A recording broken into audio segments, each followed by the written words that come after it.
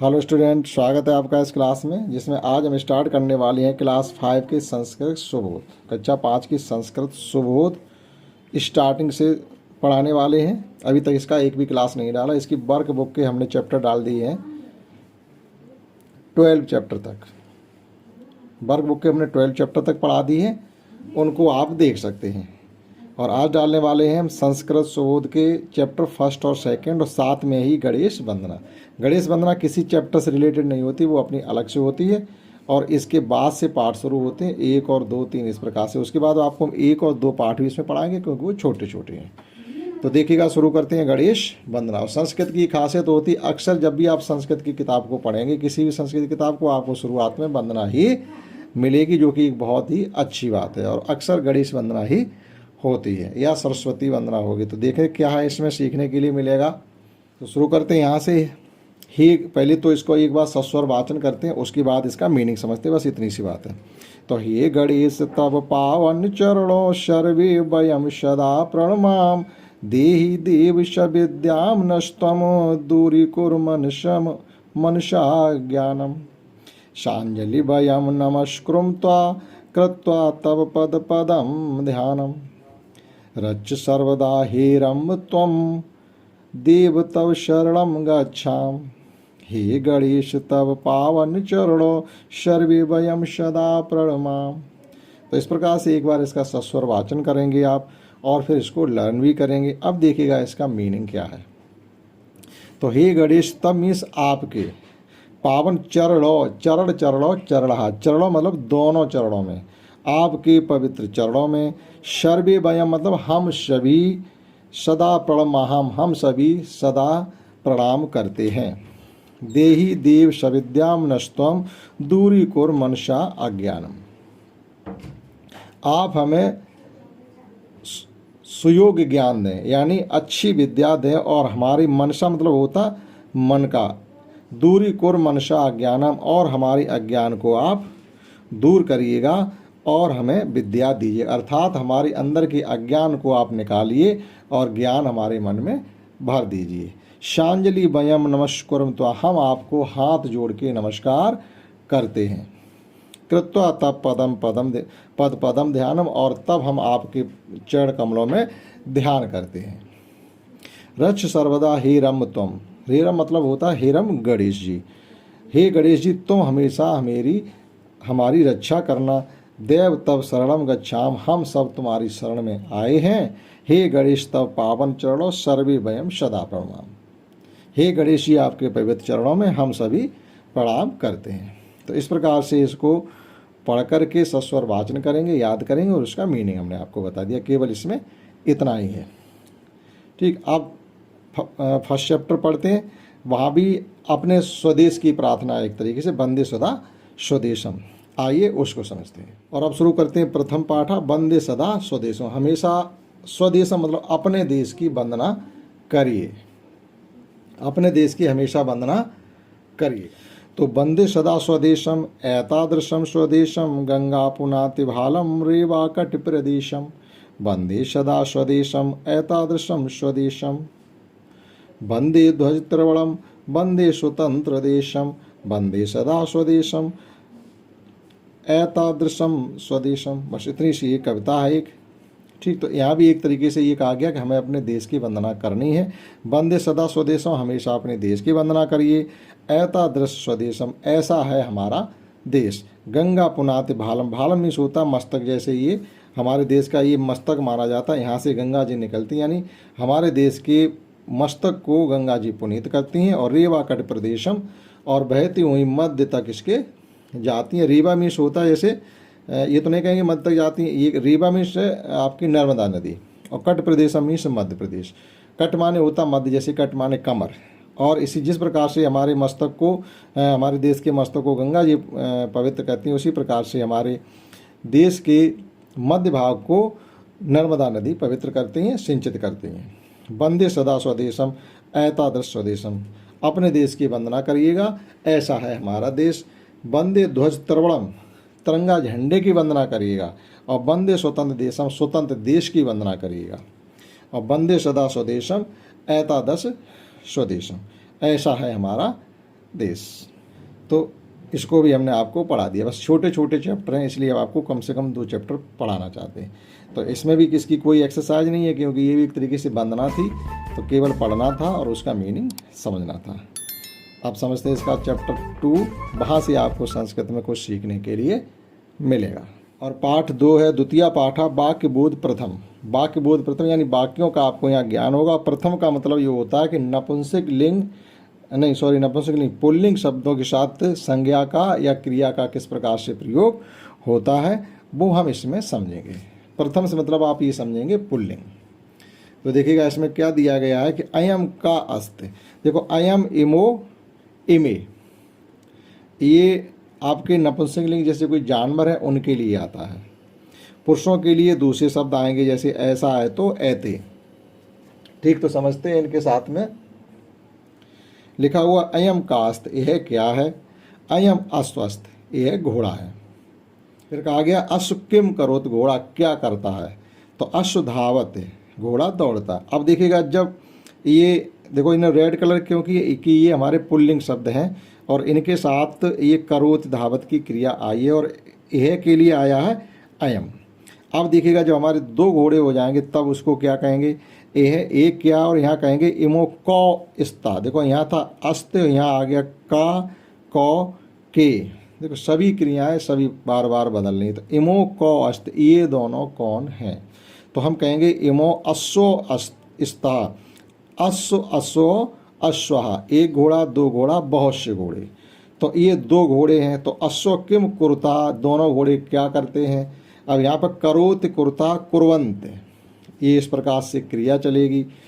मतलब प्रथम पुरुष एक वचन की क्रिया करोते है, प्रथम पुरुष 2 वचन क्रिया कुर्ता है और प्रथम पुरुष बहुवचन क्रिया कुर्वंत है। तो अश्व किम कुर्वंत, अश्व धावता।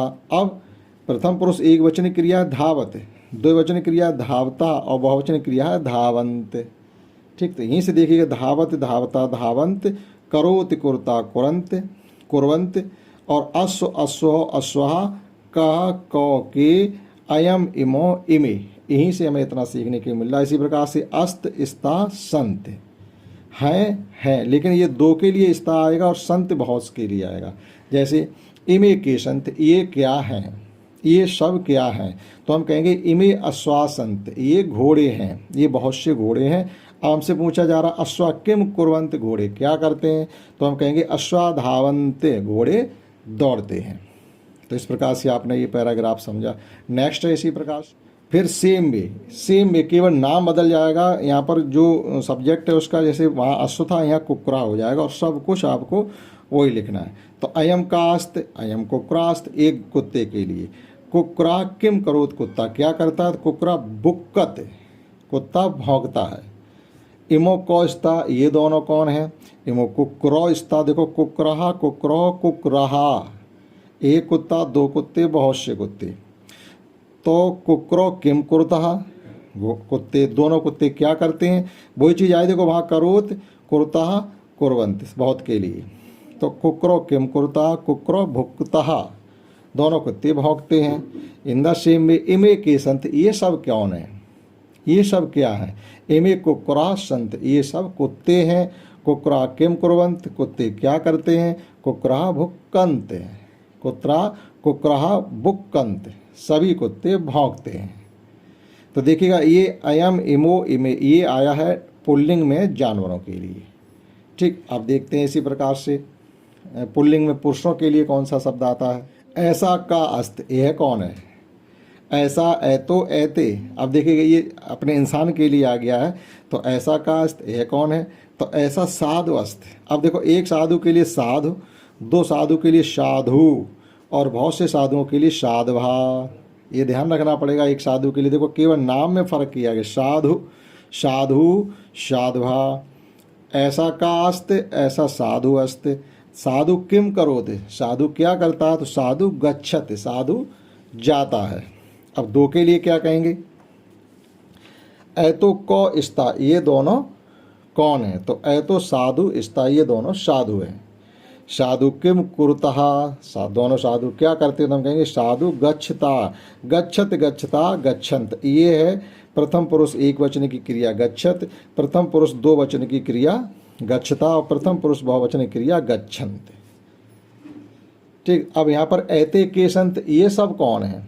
तो ऐते साधुहा संत, ये सब साधु हैं। साधुहा किम कुर्वन्त, साधु क्या करते हैं? तो साधुहा गच्छन्त, साधु जाते हैं, सभी साधु जाते हैं। इसी प्रकार से एक पैराग्राफ और है।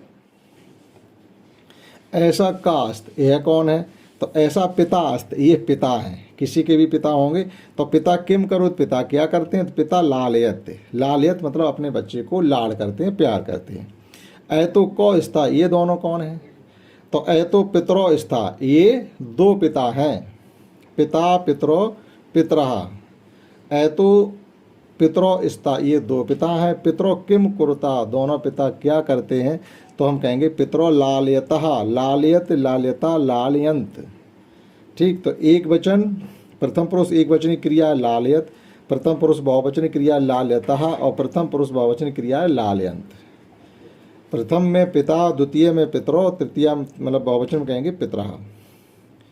ठीक, अब ऐते के संत, ये सब क्या है, कौन है? तो ऐते पितरा संत, ये सब पिता हैं। पितरा किम कुर्वन्त, ये सब पिता क्या करते हैं? तो पितरा लालयंत, ये सब पिता अपने अपने बच्चों को लालन पालन करते हैं, लाड़ प्यार करते हैं।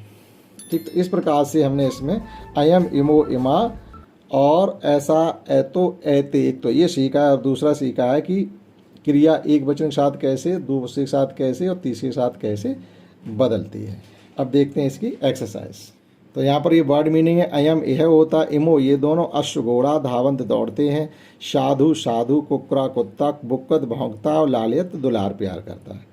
ठीक, अब देखिएगा यहाँ लिखा मौखिक अभ्यासम कुरुतः अभ्यास पुस्तिकायाम चालिखित। आप इनका मौखिक अभ्यास करें और अपनी अभ्यास पुस्तिका पर लिखें। जैसे अयम इमो इमे, ऐसा ऐतो ऐते और सातौ ते।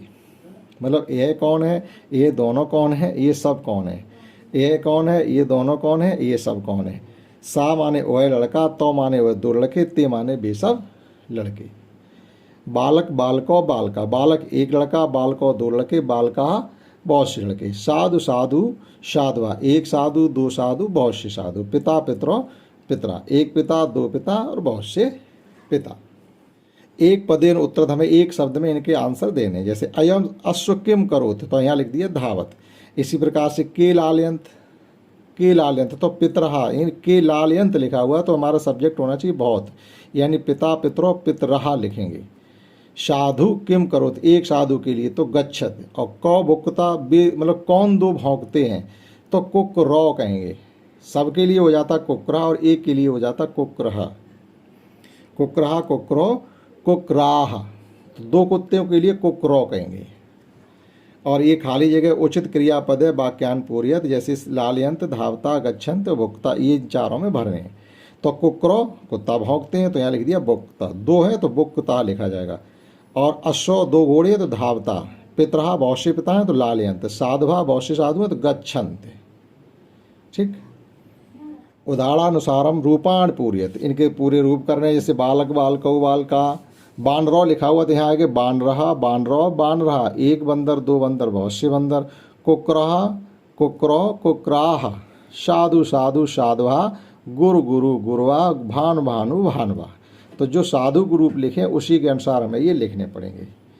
ठीक है, प्रथम पुरुष एक वचन, प्रथम पुरुष दो वचन, प्रथम पुरुष बहुवचन, ये सब प्रथम पुरुष में ही हैं। और अंतिम क्वेश्चन इसका है कि चित्र दृष्टवा उत्तरः लिखत, चित्र देख करके बानरा किम खादत, बानरा मतलब बानरा किम करोत, बंदर क्या करता लिखेंगे बानरा खादत, बंदर खाता है। भ्रातरो किम करोत, भ्रातरो खादत, ये दो सब भाई खाते हैं। दो हैं तो खादता लिखेंगे, एक के लिए खादत आएगा। मंडूका किम करोत, मेढक क्या करते हैं, तो मंडूका कूदता, लेकिन यहाँ पर बहुत से थे तो यहाँ कूदंत लिखना चाहिए था, कूदंत। मंडूका कूदंत, मेढक कूदते हैं। तो इस प्रकार से हमने इस वीडियो में आपको इसकी गणेश वंदना, स्वदेश वंदना पाठ 1 और दूसरा पाठ दूसरा द्वितीय पाठ, इसमें वाक्य बोध प्रथम सिखाया हमने। इतना हमने इसमें आपको पढ़ाया। आशा करता हूँ आपने समझ पाया होगा। इस क्लास में इतना ही। जय हिंद, जय भारत।